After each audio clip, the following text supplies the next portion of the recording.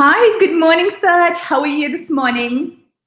I'm doing great. How are you doing, Prasanti? I'm very well. Thank you so much for joining me for coffee this morning. And it's so lovely to always have you on our show, Pulse by HealthJobHub. Serge, I wanted to really have just a chat with you today and just catch up. So it's not going to be our typical interview-like questions that I'm going to go back and forth. It's just really a catch up because I haven't spoken to you in a while about jobs, and I really want to get your perspective on stuff. But before that, how's life? How's things? How's the family? Life is great. So kindergarten started this week for my oldest one, so that's very exciting. I think like just the stories of her coming back and being so excited to meet friends, and obviously in this situation with the pandemic and being quarantined for a long time is something that we took a lot of time to consider if this was the right move. We decided to take the risk, well, very I would say calculated risk in that Calculated. sense, like everyone of just balancing what's good for her as far as just her social interactions and going to school. And it's pretty. I'm pretty impressed by the steps they've taken at the schools here in Alberta in some areas, and obviously there's a lot of discussions overall. But yeah, no. So that's been really exciting in that sense. I think that's the biggest. The biggest. How about yourself? What is For new in the me, Prasanti world? for me, my kids are doing online schooling. So that is going to be a little bit of a interesting school year as it unfolds. My little guy was supposed to be in kindergarten this year. So just like your little girl, he was supposed to be like first day of kindergarten. And unfortunately, we decided to do the online schooling. So he got kindergarten with mom in the kitchen. So How that's is that going? That was my biggest concern because I have a hard time teaching yeah. anything. But how are you adjusting to it? Well, first of all, he's a little angel and literally is just the sweetest smile and the sweetest things that comes out of his mouth. So it makes my job such a pleasure. And it's also mostly selfish because when I had him home for COVID, I realized how much I could be missing out by sending him to school because he's such a lovely personality. So yeah, no, it's really been a pleasure. I literally started from when COVID hit, like when all the schools was shut in back in March, and I've just continued. So even during the holidays, July and August, I just continued doing workbooks with them, in the Yeah. morning at home, developing a routine. And oh my God, just seeing all the magic that happens, even with like the simplest things, it's just so amazing. So it's really like one of the highlights of my life right now, just watching them learn. And my daughter going into grade 4, big year for her. Mm. But honestly, she's so excited to do online schooling as well. Also, just watching her work, like all the projects she had during COVID at school and doing it online in March till June. I'm excited to see what grade 4 holds. But Serge, I think it's going to be only until Feb 2021 because with the Calgary and Rocky View schools, you have until Feb to decide whether you're going to put them back. So Mm. most likely they will be going back to school. I think we are just being extra cautious, and Mm. it's because we can do it as well. Like I feel very fortunate that I have the time that I could give them, as well as they are enjoying the process as well. So I'm just seizing the opportunity because I don't know when we're going to get this back, right? So So, what's your advice for parents that are doing homeschooling and never done it? Like, obviously, now you're getting into a routine. Any yeah. advice for those parents listening, or Oh parents like yeah. me potentially? Well, honestly, it's just literally having that routine, like, knowing, the times of the day when you're doing what, because you can really get unstructured very quickly. Mm. So it's for us, it's like having your breakfast and then workbooks time and then reading time. And then you've earned your right to play time. So literally that's what has been working for us. So I'm really happy though for my daughter. She's going to be doing online school. So there's going to be instruction every day day from the school, and she's going to be joining classes every day. So it's really my little guy, the kindergartner, that I have to be very focused on, because my elder daughter, my not elder daughter, but my daughter, she's going to be getting the instruction and all the schedule from school. So I don't have to worry too much on planning. I just need to make sure that she has a quiet place to do her work. And that's another tip and advice, just making sure that they have the space to just be able to do their work. For us, it's the kitchen, believe it or not.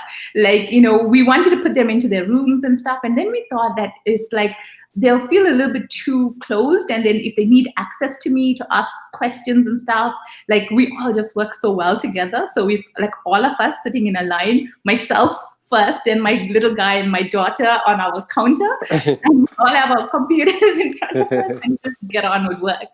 So yeah, that's a tip. Just find a space, even if it is the family space, but just make that your workspace for the time that you've allocated to do the work. And then you have to reward them with play. Like, that is the ultimate. And then they enjoy it and look forward to it. Yeah, it's definitely a different world when it comes to learning, and I think that advice is great. And if you think a lot of parents are in that situation, especially, you're very fortunate that you can balance all of it. And I know that's a challenge for a lot of Yeah. parents, especially what's happened and what's coming up. So no, Yeah. good for you. I think that's a lot of fun. You get to spend a lot of time with your kids. How do you beat that? That's great. Well, this is it. Like, I just feel so fortunate to be able to do that. And, as I said, I don't know for how long, but while I can, I'm just going to seize that opportunity to do so. And Serge, tell me, what's been happening with you on the recruitment flex? What's happening in the recruitment world? Fill us in on your podcasts. What's the latest? Well, so the last episode was actually just me and Shelly, and we took a lot of time talking on, because we've talked a lot. Recruiters are unfortunately in a situation, and I say this all the time. They're kind of the canary in the coal mine as far as when it comes to the economy. And when we start seeing recruiters being laid off, it's usually an ominous sign that there's not going to be a lot of hiring happening. And unfortunately, with COVID, a lot of recruiters got hit. And we're seeing quite a dramatic increase in hiring, though. I think a lot of businesses have gotten to the point where this is almost a new reality. And I hate using the word new Yeah, reality, but it is. And a lot of almost businesses a that were. buzzword right now. Exactly. And a lot of companies that were just putting everything on hold because there's so much uncertainty, Yeah. especially when COVID hit. It's like we've never had a pandemic since 1918. So in reality, not a lot of people know what to deal and what to expect. So Yeah. now companies are coming to realize, okay, these projects need to move forward. So we're starting to see a lot more hiring, which is great because we're seeing more recruiters being hired into their old companies or new companies, which is an overall good sign, because if they're hiring more recruiters, more jobs are coming. So we spent this week's episode really giving advice on recruiters how to find jobs. And I think it can translate to everyone that's listening, because a lot of it is very identical. It's not different for a recruiter looking for a job. And we'll go through those points, but I think that's when it's been that episode was really focused. We also talked a lot about working from home. Yeah. And we can talk a lot about that as far as the adjustments. I've been doing it for 15 years, so I'm Wow. very used to it in that sense. So I think I can give you, or I can give you my perspective if we want to talk about that during this episode. So yeah, that's exactly what's going on. And me and Shelly are headlining a CPHR Alberta event this week on Thursday, where we meet with all these HR professionals and talk Yes. to them about the role of recruitment in HR. Yes. And last week I had a great, or was it the week before? I spoke at Innovate Work, which Yes. was very interesting, where I spoke about two subjects. I spoke about always learning. So, Yes. and what I mean about always learning is like, we're really going into a skill-based environment. And I've talked about this on your show, is the more Yes. skills you can gather, the better you're going to be suited for the next 20 years of work. So keep sharpening those skills. To me, and we might have a different point of view, sharpening your skills is more important than the degree that you got 20 years ago. the education sector is right to be completely is in a situation that's going to be challenged of how it's going. And obviously, when I say that, is a lot of roles you still like. If you're going to be a doctor, well, you need to go doctor for that amount of time. But there's certain roles that I got a challenge that university degree is not as critical as it used to be. Like if you're in sales or in marketing or those Yeah. types of roles. So talked Yes. about that, and I talked about also the ability to work from anywhere. So I think that is a new twist in the economy that you can be anywhere and get hired by companies that you never had a chance before because it's becoming a remote work environment. So yeah, we can talk about that as well.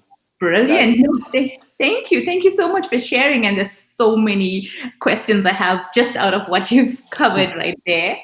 But yeah, now, today's episode, we are really focusing on helping those millions of people who have found themselves without jobs due to the pandemic.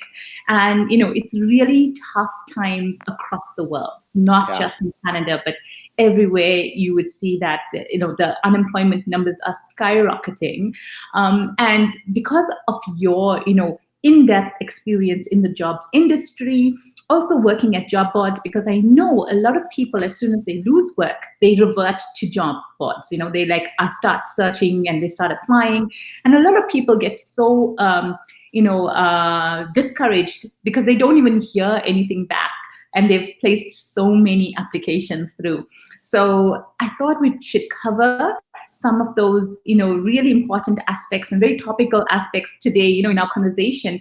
So, like, first off, Serge, in relation to how do people or how should people go about searching for jobs? Like, what would you recommend they do? Because now, following on from what you just said, the skills-based economy is getting, much more in demand, as well as the gig economy, and you can actually work from anywhere. So it tells me that competition probably is rife right now in the market.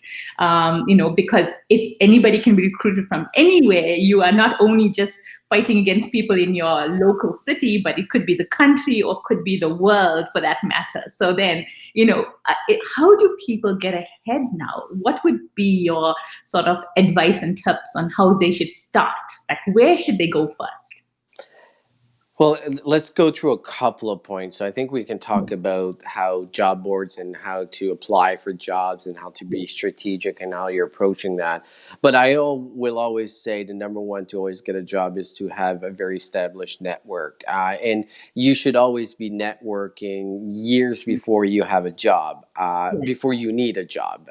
So let's put that in context, though. So if you're listening, you're like, I haven't been doing that. Well, it's never too late. And I think you can approach that in a couple of different ways. And I don't know about you, Prasanti, but I get a lot of LinkedIn requests. And the minute I accept, they're asking for a job or helping them. And that can be a challenge in reality because like you, very busy family, busy job in that sense, and I want to help everyone, but I can't always. So Yes. I'm a big believer in creating connections by building value. And actually, there's a person in my network that recently connected with me. He's a recruiter and basically trying to sell me his recruitment service, but I can see the same for it's very similar as far as approaching someone for a job or helping them with a job is add value.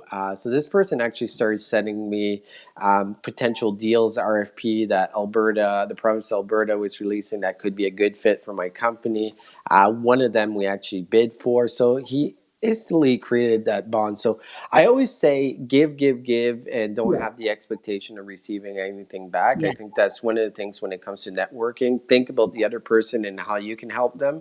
Yes. And if you do that to a lot of people, you are karma. I don't like using the word karma, but let's use it in Yes. this cases.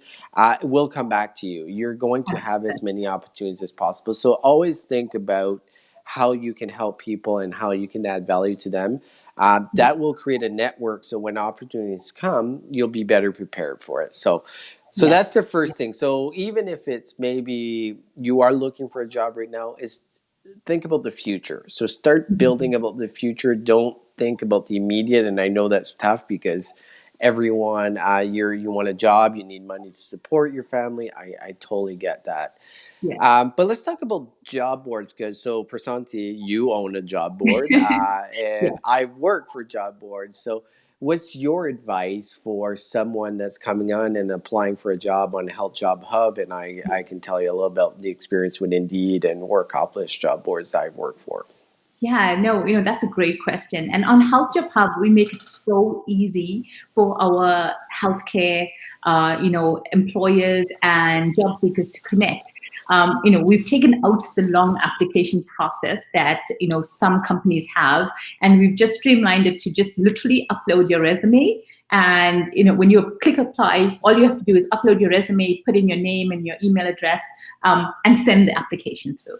So there's two ways in which we collect applications. One, most employers who are posting directly on our site put their email addresses, so it goes directly to the hiring manager. So that's one of the key benefits of using healthjobhub.com, is that you actually will be connecting with a real person. It's not going into an automated system. So I love that. So for any of our featured jobs and featured employers, all those job posting applications are going straight to a real person who will look out and will reach out to you. Now, granted, healthjobhub.com is focusing on healthcare jobs, and most of our featured jobs are for physicians, and physicians are in demand. And they are maybe, a lot of people like to say it's a recession proof type of profession, but there are physicians that's coming out of medical school, who's doing residency, who doesn't want to do a full-time commitment, and they're always looking for different opportunities. So healthjobhub.com is a great place for those types of candidates to connect with those hiring managers and get a lovely a view of the market, to see who's hiring and what are the perks and benefits of each of the different employers on our platform.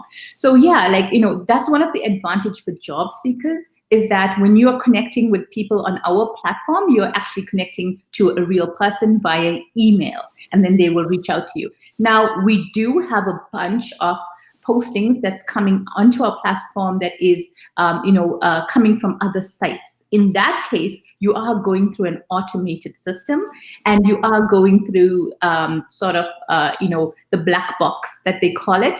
But then again, I have to re-emphasize, because we are a healthcare job site, any application that goes through our site is extremely valuable to the receiving employer. So in 90% of our cases, you will receive a reply, because especially if you are a qualified candidate who's applying on our platform, most likely they want you. The competition is so high, just from the employer perspective, to get the candidate for healthcare workers, that they would want to review and talk to any applicants who are qualified applying for the jobs. May it be the automated postings that's coming in through our latest job feed, or the featured job posting that is like right at the top of the feed, where you actually have your emails going across. Either way, I would say you are going to get a response from our employers on healthjobhub.com. So that's how we kind of differentiate ourselves from the other job boards out there, is because we are a niche, and because we are looking for in-demand, highly skilled and highly qualified talent. And that's why we promote ourselves as, we connect those healthcare job seekers directly to the employers. There's no middle person. Yeah.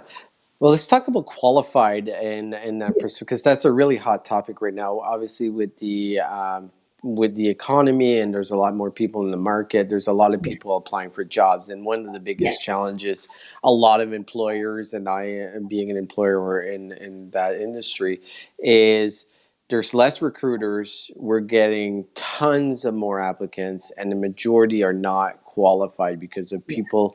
The simplicity, and I can give you that perspective with Indeed, which is the biggest job board in the world. Yes. That one-click applied has encouraged a lot of applications from people that are maybe not as qualified. So what's your definition of qualified? If you look, because there is arguments that men and women actually will apply when they look at qualifications. Men are more likely to apply for jobs that maybe they're not qualified for if they're not hitting every point. as Yeah. women are, and I don't want to generalize, this is a study that I did see, will look to see that, say there's 10 points, that at least they're qualified for 8 or 9 as men if they're qualified for 4 or 5. Yes. How is that a challenge for people in like your clients, which are usually clinics, or in that sense, if Yes. how do you define what a qualified candidate is for you? Again, because we are healthcare focused, highly regulated industry, candidates who are coming out into practice, like physicians or registered nurses, have to be licensed to practice. So they have to have the regulatory approval and authority. So that makes it very simple from an employer perspective. If you have your license and if you are in good conduct and you are in good standing, should I say, you would be an ideal candidate. So it's very simple in that respect. But we do get a ton of applicants who are not qualified. And what's not qualified? Not qualified are those who are not actually registered with the regulatory body, and they are usually from out of city, or not out of city, but more out of country. And those out of country applicants, it is a challenge, because being healthcare, it's usually a lengthy process for them to get licensed with the different regulatory bodies. Yeah. So, for example, physiotherapists, people can actually apply to the physiotherapy bodies and get like a 6 month a time frame where they can start applying to jobs, but they don't have their actual license to practice. But they have this letter from the regulatory body to say, well, we're giving you sort of like a 6 months window period, while we go through all your documentation, you can still apply for jobs. So that becomes valuable in that case. But if they don't have even a letter such as that, then they cannot apply for jobs. But we do get a ton of applicants who are coming from out of country, who are not qualified, and there's just simply nothing our employers can do to help them, because the whole qualification process for them to go through the procedure of getting their license in the jurisdiction that they're applying for the job, and putting in all those applications, sending all the documents to corroborate their education and training, getting verification, is a very lengthy process, and it's out of the control of the employer in most cases. So what's your advice to those people that are maybe out of the country and looking to emigrate into, say, Canada? So say a doctor or nurse. Yes. How long is the process? What do they need to know to the Absolutely. ability before they apply for a job here? So, that's a great question. A lot of people start applying for jobs, and then they also start the immigration process. And what they find is that they get their immigration or their sort of permanent residency or work permit earlier than they actually get the job. And then the immigration process forces them to come to Canada and to be here for a defined period of time, so that all the immigration documents can go through. But the qualification process in terms of their regulatory environment for them to actually get their license to practice as, for example, a physician or maybe a nurse, could be much longer than the immigration process. And typically immigration process is lengthy. Now, when you think about the other process to get your credentials verified, even lengthier, that's where the problem arises, because it costs a lot of money to come to a place like Canada and set yourself up and keep your family here for a period of time that you do not have work. And a lot of, I hate to say this, but a lot of physicians who are registered in other countries, international medical graduates, are actually Uber drivers now in Canada, in the USA, because they are waiting to get licensed. And it's really discouraging for them, and it's a painful process for them. So my advice then is, don't come until you have your a license almost approved or approved, and you will get that correspondence from the different colleges who you're applying to. So they give you full visibility of your license application, and they will tell you exactly what milestones you are reached, and whether you have more time that you need to wait, or whether you can come. I think that should be the driving factor or the force for them to actually make the move and come over. Now, they can still start the application for immigration. But as I say, it's quicker to do the application for immigration than get the license. So they should actually do it inverse to what they've been doing. I don't know why, but most people go first for immigration and then licensure. They need to go first for licensure and then immigration. And that actually works in their favor, because what happens is they're continuing earning in their countries, they're continuing getting work experience, and that all are pluses for the licensure process. Like, for example, the College of Physicians and Surgeons in Canada, whichever province they are applying to, would look at their work experience, that they're in current practice and they are, working as physicians in their countries, as bonus marks towards the application over here. But if they see, like, for the last 2 to 3 years, you were in Canada not practicing as a physician, that's actually working against you, because you're not keeping yourself current, right? Yeah. And it goes for most professions. Like any governing body or licensure body wants to see that you are current. You have experience in the field that you're applying to. So yeah, it's just really unfortunate. In Canada and the USA, the immigration process almost works faster than the licensing process, and then you get a lot of people sitting here without the qualifications or the license to practice, both for nurses and for doctors, even other regulated healthcare professions. Yeah, and we're seeing that, like, so obviously it's a different process for different roles, but if we look Yes. at anyone looking to immigrate in Canada and the US Yeah. is extremely challenging right now, Yeah. based on new immigration laws. So we're starting to see a lot of people that were looking at the US looking at Canada.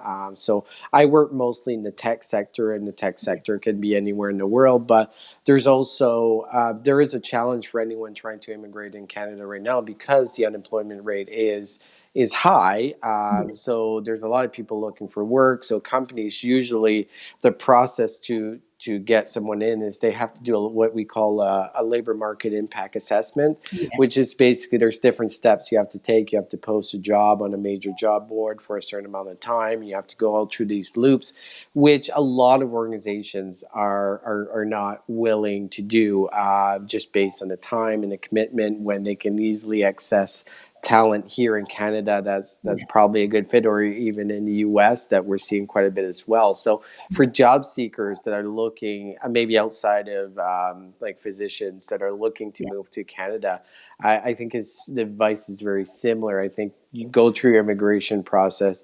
It's going to be really hard to get sponsored by an employer unless you have a very specific skill set that is highly in demand, Yes. and that's shifting a little bit.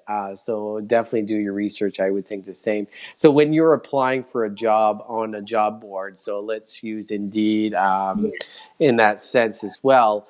The quick apply, if you're immigrant or wanting to immigrate from a different country, or you're here in Canada, you want to apply, find a way to stand out. A lot of companies, so when you apply to a job board, so there's multiple ways, and you see the job is a one step click to apply to Indeed. What happens, it usually goes in the back end of what we call an applicant tracking systems that every company uses. Your application, you click on it, then Indeed sends a resume, goes into the applicant tracking systems. There's multiple stories out there that the system is automated, and it rejects candidates based on keywords. I can Right. tell you that's not the truth. I would say 99% of when you're being rejected by a job, it's Yeah. actually being done by a recruiter. And Yeah. you have to put this in perspective. So recruiters don't work for you, the job seeker. And I'm talking about staffing firms, I'm talking about corporate recruiters. And Yeah. there's this misconception that the recruiter is to find you a job. Doesn't Yes. work like that. Recruiters work for the company they're recruiting for. So, and when you're being rejected or by a candidate, it's in the best interest of what they think for the company itself. So find a way to stand out. It's definitely good to reach out to people in the organizations if it makes sense. What I've done in my opinion is, like, we're in a world of skills.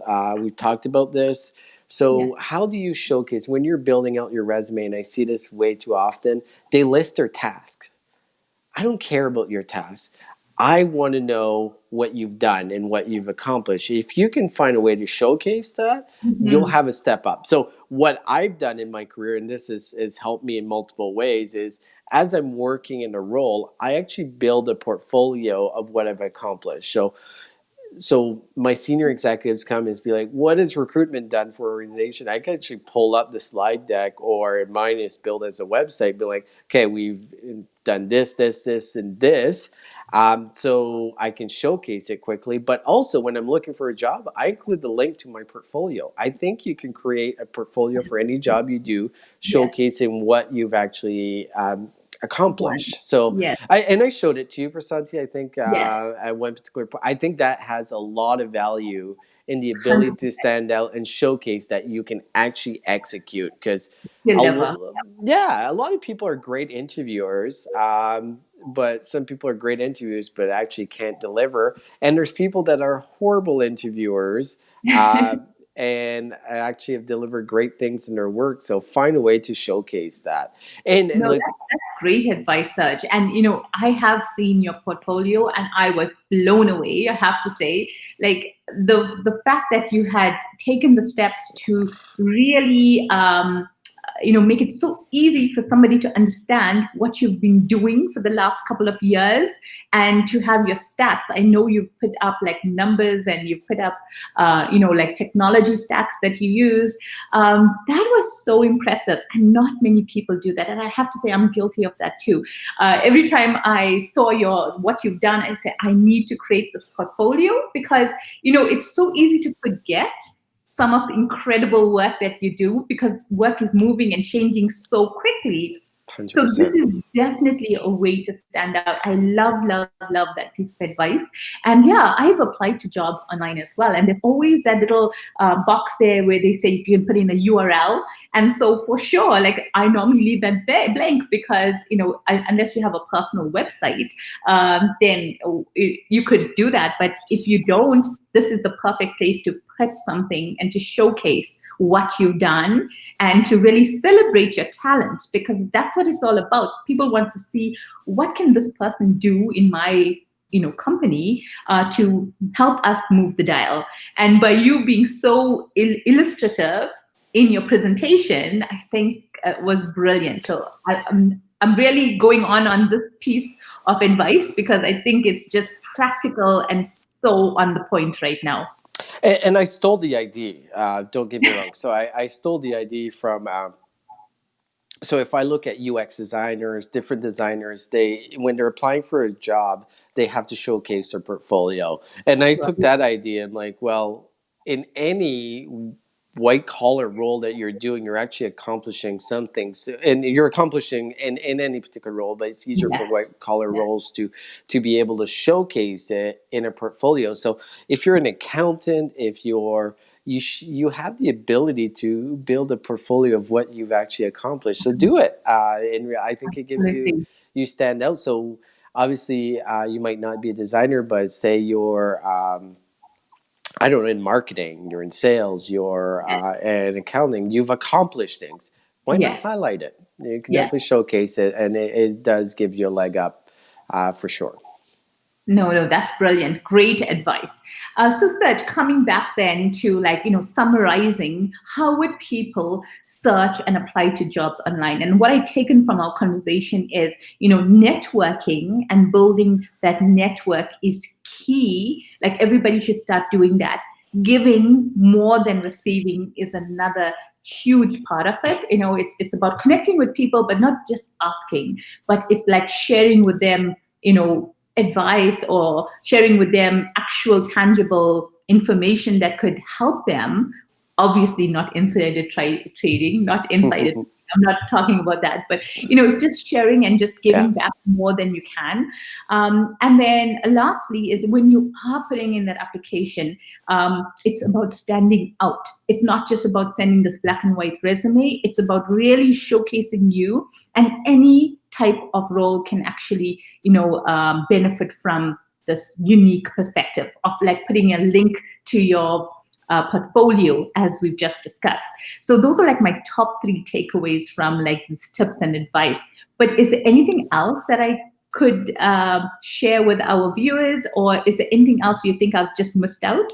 Yeah, well, let's. So when it comes to the portfolio, that's going to intimidate a lot of people, being like, "Well, I know how to build websites or whatever case." Take a step back. In reality, there's so many great things on the internet that can help you build these sites. Like I use Adobe Spark. It's a free service that you can build out. It guides you through it. There's Canva. There's a lot. So one of the things, don't be intimidated by that, even if you've never done anything like it. Yeah. The great thing about our generation, the internet can give you access to anything that you might need. So Yeah. the other advice, like I think this is a hard one to realize, because you're seeing a lot of jobs, and sometimes you think it's like just the more you apply, the better chance you are. I think you have to flip it around and be very targeted in your approach. So do a lot of research. Yes. The thing is, there's two aspects, and it's like getting the interview is important. The Yes. interview is extremely critical. So my advice is, when you get to the point that you get the interview, um, I usually, my recommendation is practice double the amount of time that the interview length is going to be. So if your interview length is 30 minutes, at least practice. And what I mean by practice is doing research on the company, Mhm. really getting a deep dive in the job description, spending a lot of time of understanding key points. Yes. I think that's critical. The one piece of advice there too, when it comes to interview, have really smart questions ready. This Mhm. is the best way to impress interviewers, is being knowing a lot about the company and asking really specific questions. Sometimes when we're in a situation that we're going for a job, we're a little bit careful. We don't want to press it too much. Yeah. Take that doubt away. Ask the questions, because you're interviewing them. The job you do is sometimes a reflection of you in some ways, so make sure it's the right fit for you as well. Yeah. So ask those questions. They'll do two things. They'll make sure that the company is a fit for you. But secondly, it's going to give a lot of thought to the interviewers that this person has done the research, is very interested in working in our company, and they're curious, because the number one skill set that people should have in this new economy, Yes. and people that are successful, is curiosity. So 100%. being I love curious how is you key. said, with regards to, when you're applying for that job, you shouldn't apply to too many jobs. And, why I'm picking up on this is because when I came to Canada, and when I first, landed in Calgary, I was just applying to any job that I saw. I applied to every single job, like on the Big Four websites, because I'm an accountant by profession. And I, literally never got back any like positive like replies, like, come and interview with us. And I say that because, all humbleness, I've got really great work experience coming from Dublin and education experience. And I was just like, why am I just not getting anything? But maybe that is a great point that you've just said, that maybe we shouldn't be applying for every single job that is just being posted. Is that what you were referring to? Yeah, I think you need to be really targeted in how Yeah. you're applying for jobs. So, Bill, if you, like, your example is perfect. So you're an accountant, you want to come into one of the big fours. I think building connections within those big fours is critical for you. So it's not only connecting with people on LinkedIn, trying to add some value to them. And there's obviously value in applying for the jobs, but in reality, you got to put in perspective. So when you apply, and I get this in my company, is I get people applying for every job that I have. Well, this shows up in the back of my ATS being like, Prasanti has applied for this Yes. job. It's an automatic warning sign in some ways that there's and I hate to say it, because everyone is Yes. wants a job, maybe some desperation in that sense. It's Yes. like being on Tinder and swiping Yes. left or right to everyone. I don't know how it works, but it's one of the other. Right. Yes. If you're swiping left to everyone, well, it shows a little bit of desperation. I don't know if the Yes. people on the other end see Yes. it. Yes. So Yes. think about Yes. the same when you're applying for a job in that 100%. end. Yes. Be targeted, build that network within, especially if you Yes. know where you want to go work. If you Yes. don't know what your ideal job is, well, figure that out as well, because that like makes you more targeted in what you're doing instead of just spraying. And Absolutely. Yes. I understand, like it's a challenge. Like you need the money, you need to figure out a way. Yeah. And what I would give the advice in that case when you're trying, it's if it might be good to find that over the hump job that you go work. It may be like I hate to say retail or whatever the case to get that money, and then you in your spare time you really focus on applying for the job that you see as a long term. Especially if you're new to Canada, that Canadian experience is seen very positively. But I want to share one of the things that might be very valuable. So. I recently hired a recruiter at the company I work for right now, and she's very active in the recruitment community. And we have in the recruitment, we have all these different types of conventions, and one of the biggest ones is called RecFest, and it's based in the UK.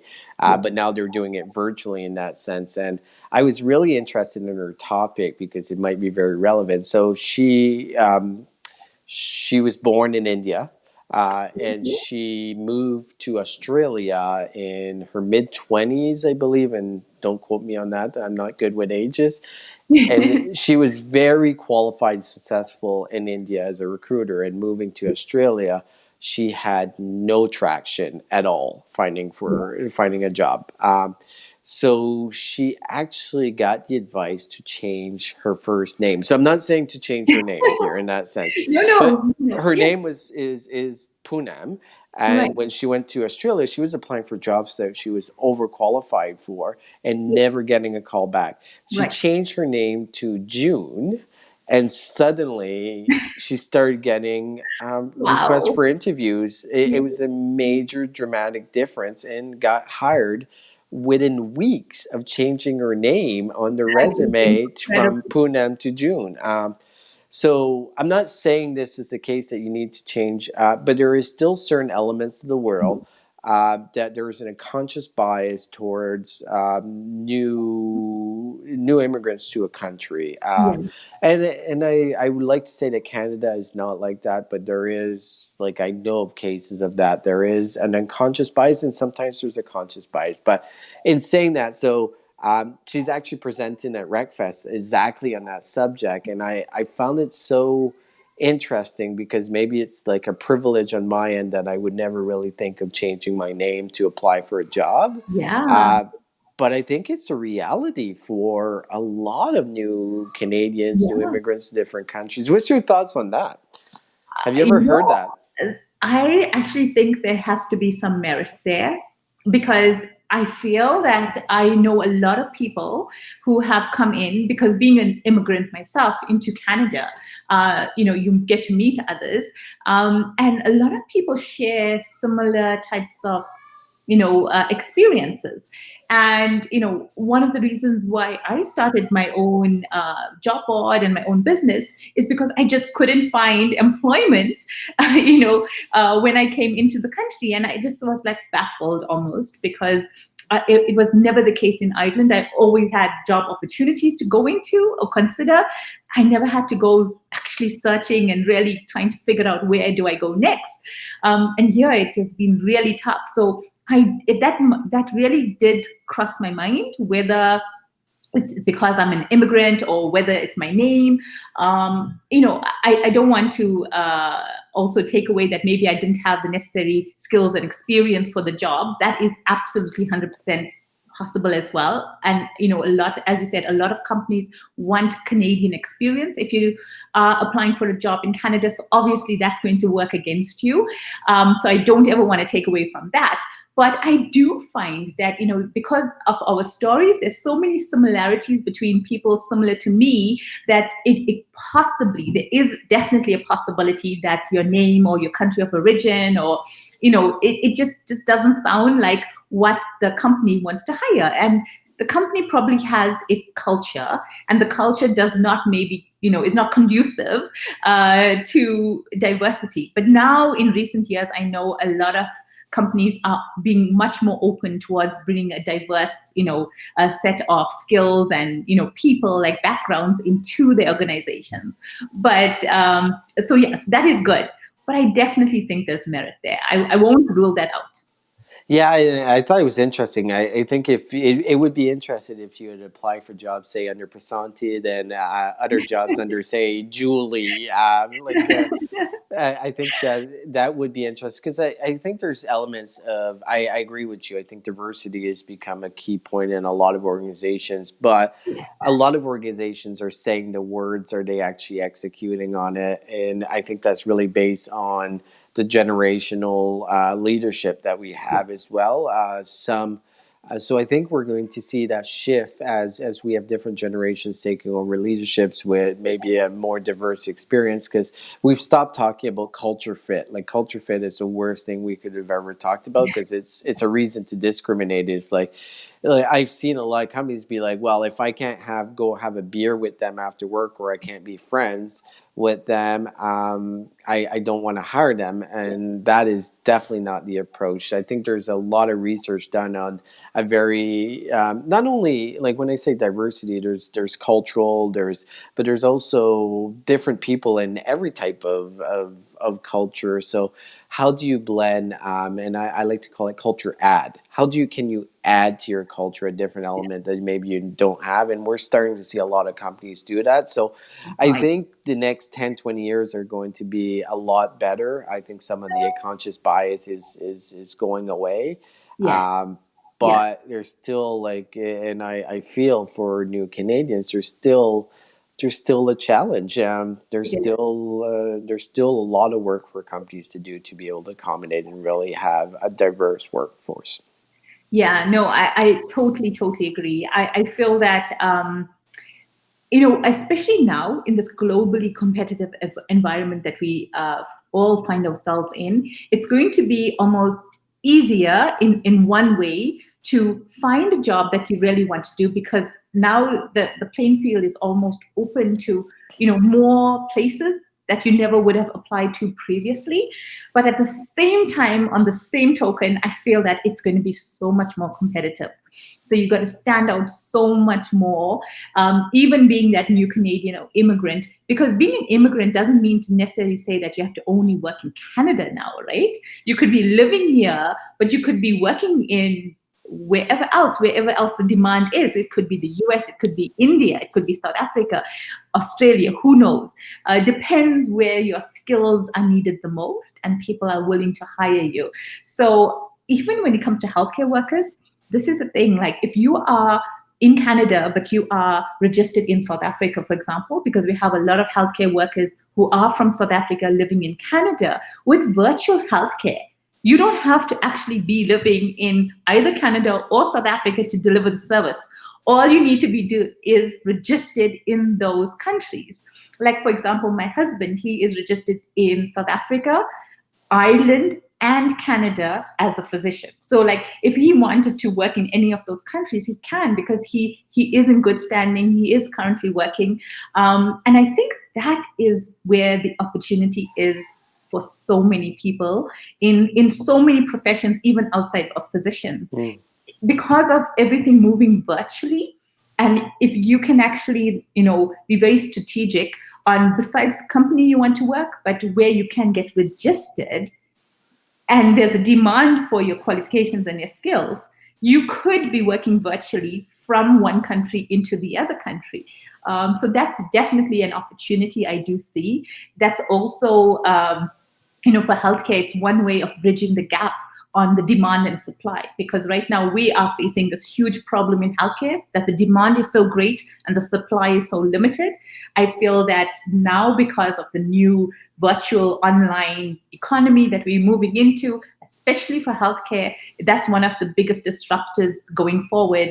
I think that there's going to be so much more opportunity for people to get work that may not necessarily have had the opportunity in the past, because virtual was just not even a thing in the past. Now it is like the thing. Like, for example, mental health. Mental health is a huge problem, but there's been such a rapid shift for mental health professionals to be able to deliver their services online. There's so many different online platforms sprouting up all the time. So then there's a huge demand for mental health professionals like psychologists, psychiatrists, to be able to deliver that virtual healthcare. So you don't even need to be living in that jurisdiction. You just need to be registered. And I think that's one of the opportunities that people really need to start looking into, especially those who want to make that transition from another country into Canada, what we've already discussed, you don't have to make that move physically. You can just start with the whole license process, get your documents, get that work already lined up for yourself, and then eventually you can move into the country, I would say. Yeah, I think that's great advice, and it's interesting because in my company, and I obviously don't work in healthcare, but I work in the tech space. We have a philosophy called follow the talent. So basically, meaning you can be anywhere and we can hire you. And I think you're right. I think your earlier point is it makes it a lot more competitive, but also it also makes it a lot more interesting. And like the one example I like to give is like. Um, so say you're in Canada, you're living in a small town, you go to university, get your degree or whatever the case is, and you really miss your hometown and you go back home. And then the ability to find a job in small towns across North America is very challenging. So sometimes you can be a superbly smart person and you're overqualified and you're working at a convenience store and there's nothing wrong with working convenience stores, or you're working as a laborer, but you have this amazing talent in programming. In the past, you were limited, as now you can work for any company in the world based in your small town, because that's how virtual has changed it dramatically. So the world of virtual has changed things, and has opened up the world of work dramatic, like in so many ways, and it's going to keep expanding. And healthcare is we talked about this our last episode. Now the ability to you can have consultation, you can work. It's just open it up. So the advice that we can also give, that we've given before, is like really sharpen your video skills. And one of the things that I'm seeing a lot more, and I think you should put that in perspective, is when you're applying for a job, create a video and send the video with it. It tells a lot about you, and it really starts people relating. So that's another piece of advice. If Love. get in front of a camera, practice. Perfection is the enemy of execution. So don't kill yourself in making sure that it's all perfect. Yes, yes. But produce a good quality video that shares of who you are and what you could potentially bring to an organization, and you'll stand out from different people as well. So Oh no, that's awesome advice. I love that last point, Serge. And what I really like about today's episode, we didn't just cover healthcare. We covered a problem that's facing so many people across the world. It's the jobs. If you don't have a job, the quality of your life can really go down, because you need that income coming in. So I think you've been able to share with our viewers so much of pearls of wisdom that you've gathered over the years you have in this industry. Thank you so much for doing that, Serge. I really appreciate it.